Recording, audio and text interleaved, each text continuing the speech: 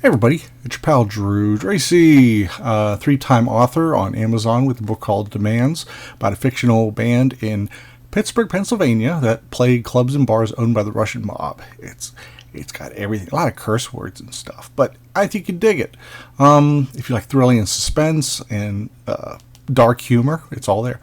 Okay, I happened upon this, on one of my shelves, and I thought this might make a decent subject for an episode. When S.H.I.E.L.D. started, Nick Fury, it started off with Stanley and Jack Kirby with issue 135, I think. And Doctor Strange was still being done by Ditko. The previous co-headliners, Human Torch and The Thing, just weren't going over well. It was just sloppy and uninteresting, and it really never became part of the continuity. It's kind of been picked in, long story. Okay, I'm digressing as I want to do. The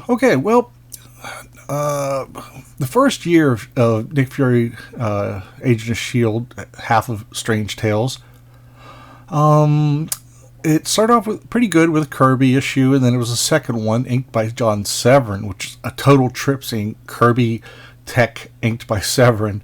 It's really wild because they're both brilliant, but it just seems a very unlikely pairing. And in the first year, it was so rudderless. The stories were fun still, but everybody was working off of Kirby's layouts, and you had people like Ogden Whitney, who was totally out of place. And the thing is, he's a fantastic artist. He did Herbie in the 60s, and I don't know who did that.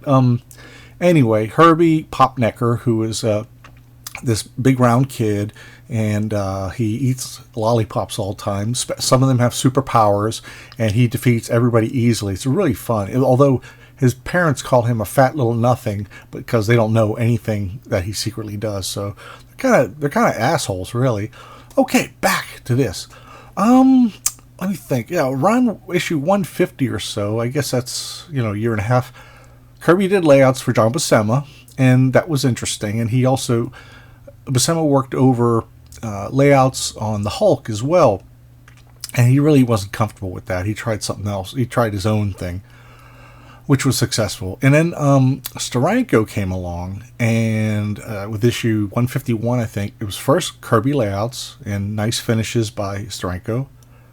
And I think it was 2 issues maybe, or just one other issue, and Steranko took over. I mean, he wrote it, he penciled it, he inked it, and he produced it also. Like, I'm talking production values.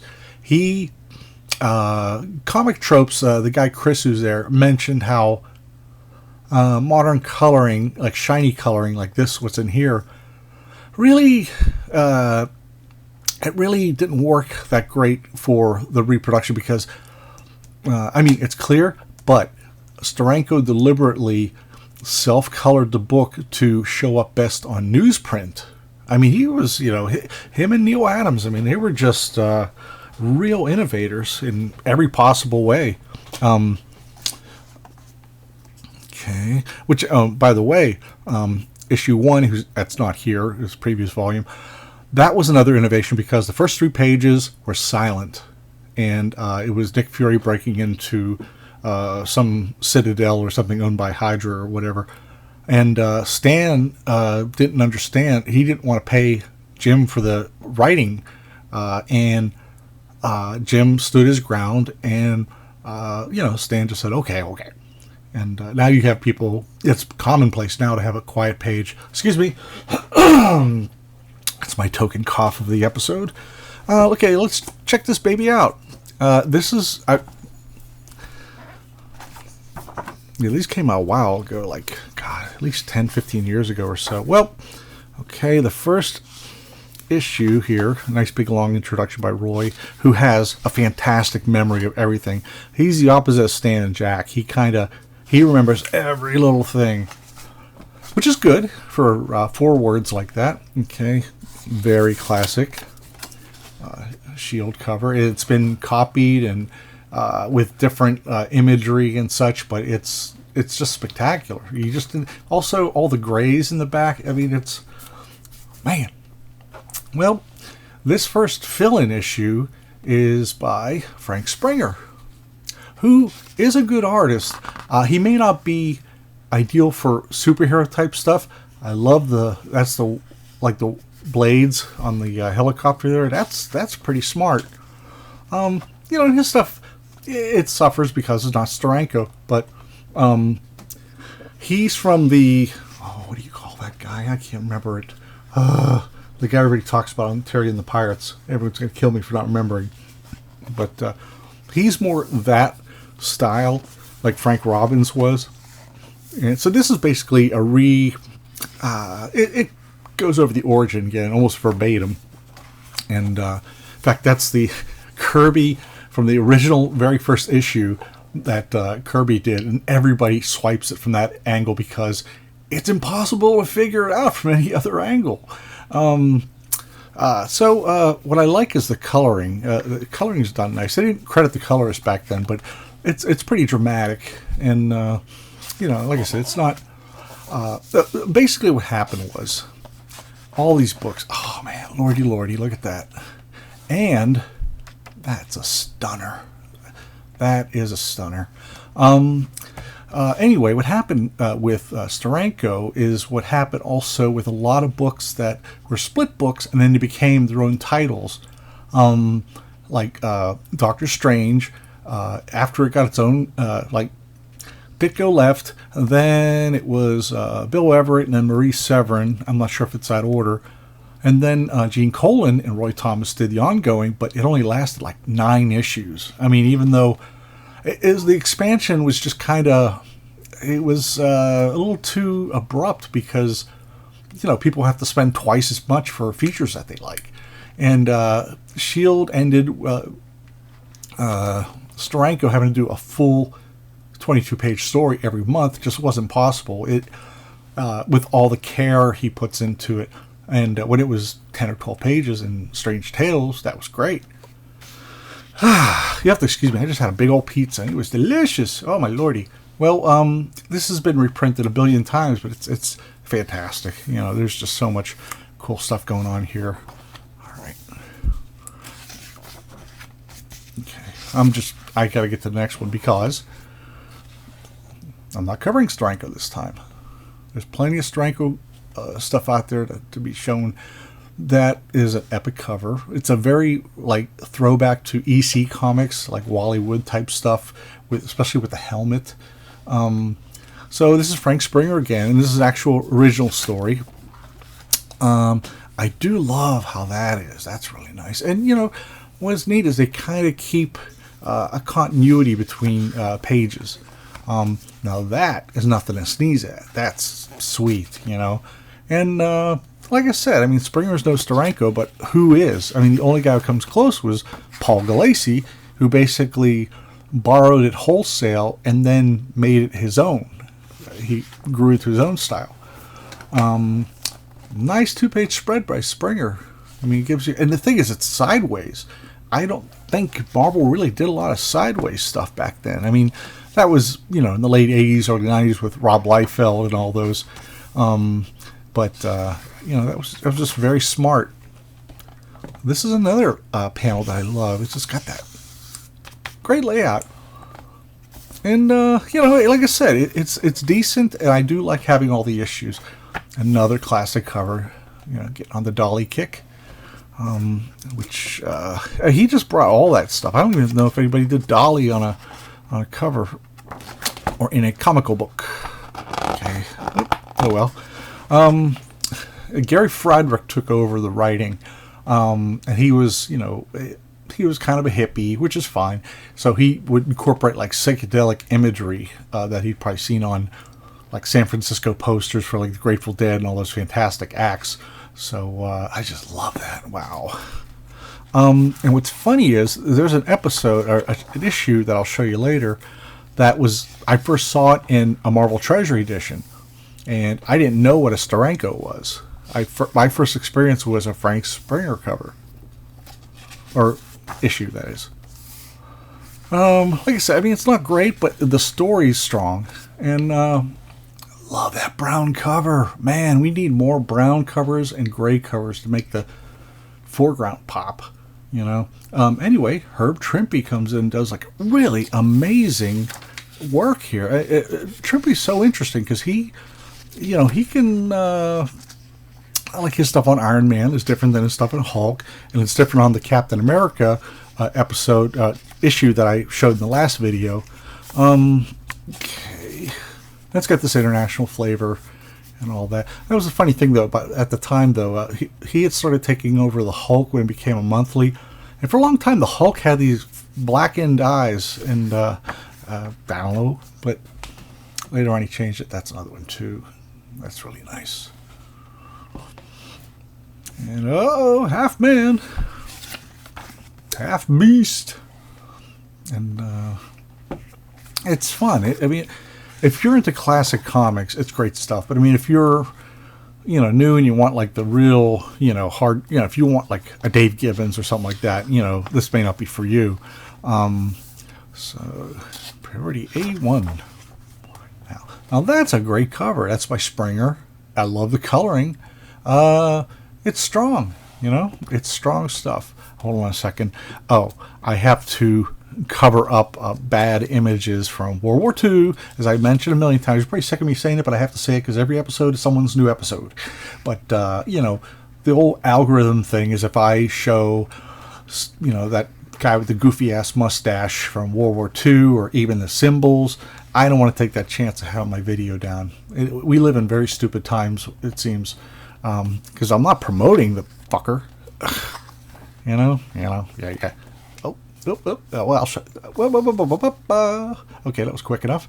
Really nice imposition of that guy, and now, flashback. Really, that's just really catchy. And I love having like a whole red foreground characters. That always is enjoyable. Now, here's another spread by Trimpe that, or am I still in Trimpe? No. This is Springer. But, you know, he's going for that Steranko thing, you know, because Steranko did a bunch of, and then you got the psychedelic colors. Really admirable stuff. I dig it. It's fun. Nope, not yet. So, this was my introduction to Nick Fury. Aside from guest stars in Captain America, this issue was reprinted in a Marvel Treasury edition. It was Marvel Holiday Grab Bag, and they had it come out like around, you know, the holidays, you know, Christmas, Hanukkah, etc. And they didn't say Christmas. There's a little of everything in there. So that is so fucking awesome. Was The Night Before Christmas, written by Gary Friedrich, Frank Springer, and Johnny Craig inking. I think that's why I like this issue better, because Johnny Craig, I mean, he's from the EC era, and fantastic artist, fantastic finisher. Yeah, this is exactly what I saw in the Treasury edition. And it just blew me away, because, I mean, what kid doesn't want to be a spy when they grow up? I mean, how cool is that? I mean, when I was little, I used to pretend I was Nick Fury because he was cool. He was a badass. He had a patch. So it's funny because Laura Brown was an ex-Hydra person who changed her ways, and she sneaks up on him, and he's like, "Huh, that's gotta be Val," which is Valerie Contessa de la Rosa, who's been his love interest for the longest time. And then he's just kind of like, without any explanation, he's like, hey, baby, let's start celebrating. I love that pose. Because you just sit there while I put on Sinatra's Christmas album, and I'll get a nice rip roaring fire and a little fireplace, mix a couple of my special recipe daiquiris, dim the lights. I mean, how cool is that? It's very cool. But he gets called for work and he flies over. Now this, I was wrong. Okay, he actually did the helicarrier from a different angle, and wow. and he's pissed off he got called. And Sitwell's kind of like, well, it's like, this is it. Like, Sitwell never has plans. He's like the loneliest guy on earth. I think, I'm almost certain, well, like with the Marvel reprints in the mid-70s, I'd mentioned regular ongoing books went like to 18, 17 pages around this time. And they trimmed some of the stories for the Marvel Treasure editions as well. And this was sort of like not crucial. And so they got rid of it. I'll show you something even wilder in a few minutes. Okay, there we go. I'm right there. Fury! Ah! Now, here's what happened. And it was really clever. I mean, if you got to do that sort of thing. This page stands on its own. And that's exactly what they did. They killed this half of it. And it's a great, I mean, you got a little bit he's thinking Kirby there. But I mean, it's so funny. When I got the actual book, I'm like, where did that other page come from? Such a crazy perspective. But he flips his way out of it. And like I said, Frank Springer was my first introduction to a Nick Fury story, a solo story. So, and then when Steranko came along, I was like, oh, my lordy mama. So they're going to send him out. And on your way, and Merry Christmas. I love that. And he's going to melt in the atmosphere or something like that. I love that mask. It's like, is he a clown on weekends? Anyway, something came by. Unidentified flying object almost struck me, diverted my attention for an instant. I'm coming too close to the bomb, can't avoid colliding, and whammo. So, again, I love these colors. They're just so, I don't know if they're exactly complementary, because purple is sort of complementary to orange. But anyway, this is the thing you got to get on. He's like, since this baby was originally built to be piloted, there's got to be an ejector button. Yeah, there it is. If I could just trip it with my foot, got it. But, they came up with a good reason. I was originally going to be, he saves Christmas and comes back to Laura Brown. And I'm going to a private party. Tell him I'll check in tomorrow. And, well, he just had himself a merry little Christmas. And he goes, somehow it seems impossible that anyone could do anything bad on a day like this. Yeah, sure, doll. But I sure do wonder what it is that caused that hate-monger's pilot to hit me. You don't suppose? Nah, couldn't have been. And yet, who knows? Maybe there is a Santa Claus. Love this story. I loved it. I must have read it till it fell apart. Another, I can't tell if this looks sort of Trimpy-ish, maybe. I don't know. Maybe it's Springer. That's just phenomenal. Yeah, there you go. There's those stereo at the bottom of that page. That's clever. It's also very clever. And, it's all doomsday shit. And what's interesting is I'm not sure if this came out at the same time Planet of the Apes came out. Maybe it did. I can't imagine it being a coincidence. So, she wants to take Fury to a concert, and he just can't, he's like, he's a Sinatra guy. Because you are not an old timer. A man's only as old as he thinks he is. Come on, let's go. Just my luck. I finally get a night off, and I gotta spend it making like a blasted teeny bopper. The new sounds happen to be great, or to be very adult. And that guy again, he's a bad man. Well, I'm jumping ahead because I'll take all day with this.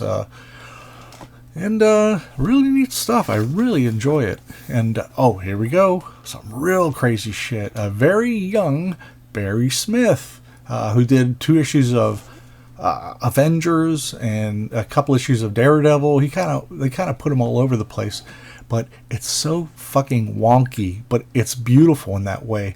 And as I mentioned with early Keith Giffen, somehow I gravitated to this stuff because, I'll be frank, it looked easy to do. It looks like something, in fact, it was stuff I used to copy as a kid because it gave me that hope, like, maybe you don't have to be John Buscema or Jim Steranko to break into comics.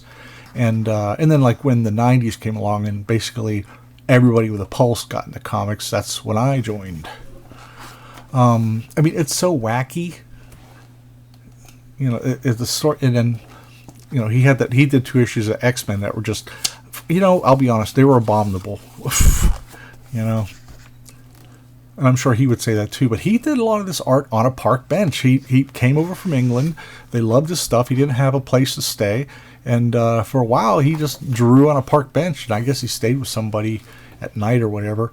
But yeah, it's so wacky and all over the place. There we go. I don't know if he was looking at the Frank Springer issue where that whirly, the blade was doing that, but it's so great.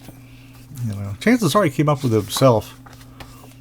So you see all this. See, and again, working in small panels is a lot easier, you know, because you could kind of fudge certain things, and you could close in on, certain elements. So, oh, is this the guy here? Yeah. Okay. This is the original Super Patriot. There we go. Herb Trimpe. Oh, let me see. I'm going to see that cover. Okay. Okay, there it is. New, the Super Patriot. That's a little throwback to Steranko there, and that's by Trimpe, who does the interiors. This is the last issue of Nick Fury, Agent of S.H.I.E.L.D.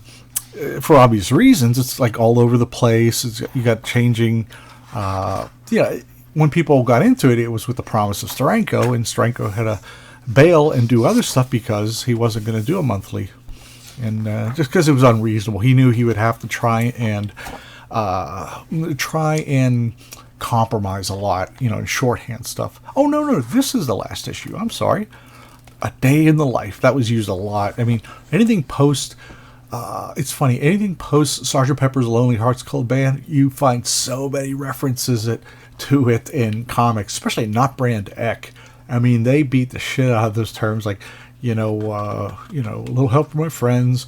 Of course, a lot of other people still use that, like John Byrne. Okay, script. Happy Herb Trimpe, inked by Sam Granger, who, I don't know a lot about him, but I've always liked what he's done. Like he did the early Dave Cockrum X-Men, which is just... Whew. Well, you go in the shower, making sure his hiney's all, dry. And I can't imagine DC doing something like that at the time. Because Marvel was just kind of... That's great photo stat there. Love it. That really adds a lot. And Trimpe was still, I think I mentioned this, was still fairly new to this. That is just amazing. I love that perspective. I don't even know if it works or not. I just like the way it looks. And it goes on and on and on and on. Okay. But, wait a second. Oh, she's a secretary. Okay, I thought it was Laura Brown. I screwed up. That wasn't the last issue. This is the last issue. The Assassination of Nick Fury. Assassination of Nick Fury. So... This is the original Bullseye, too. He called himself Bullseye. Herb Trimpe and Dick Ayers. Dick Ayers, depends who he inks. He inks some Gene Colan issues of Captain America, and he slaughtered it. It was just horrible. I mean, that's pretty sweet. Trimpe doing that.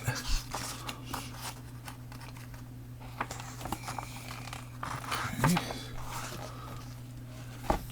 And they're out in the park, listening to young people's music again. And, Fury's like not enjoying it, but he gets shot. He's dead.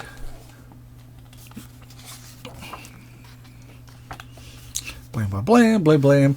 He gets shot, but both of, Fury and Bullseye are supposedly dead. And that's how the story ends.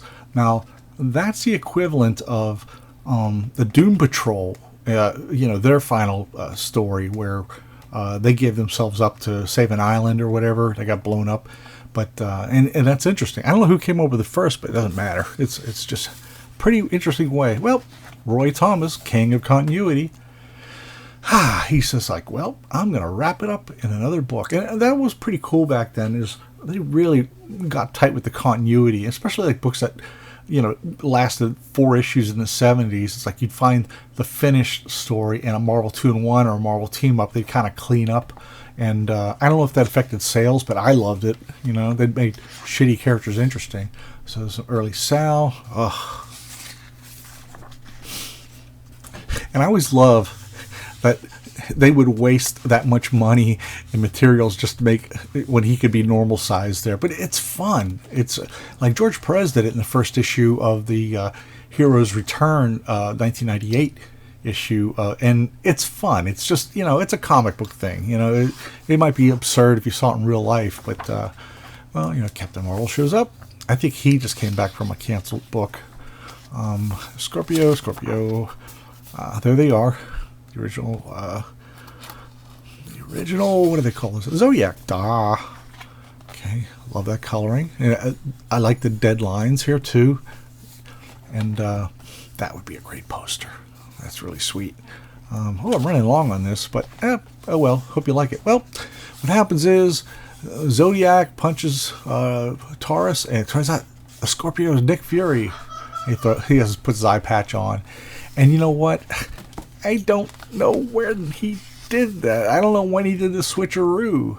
But then they explained how all this happened, and I guess he was posing as Scorpio, but he was doing Scorpio shit early on. That was kind of like, okay.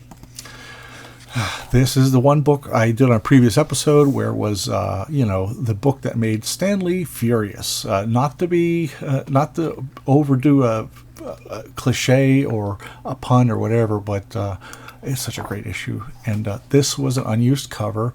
I could see it. It's it's not a home run. And for a while, they reprinted the early Strange Tales issues in double size. This was like when Kirby left, man. They had to like reprint shit like crazy to fill the gap, And these are Marie Severin covers, as I mentioned before. She, she really, did a lot of books. But I don't know who did that, but I love that. I think that's Severin inking. This is the reprint. It continued into like 2 years later, 3 years later. And I just bought this for the cover, and recently, and I have it framed, and that same thing there. But these were already from previous issues, and I have a poster of that Steranko signed. And that is from the 1983 reprint that covered Steranko's era, and this is when Marvel was flooding the market with heavy reprints, real high-quality reprints on Baxter paper, and just real like original covers and such. And there was almost a I don't know, it's like First Comics tried to file a lawsuit because Marvel was close to buying DC Comics. They would own like 80% of the market share. I don't know, clearly it didn't turn out that way, but I don't know if that had any effect to it. Lots of good stuff on the back, and that's it, everybody. I hope you enjoyed this. It's just a side of S.H.I.E.L.D. you don't see.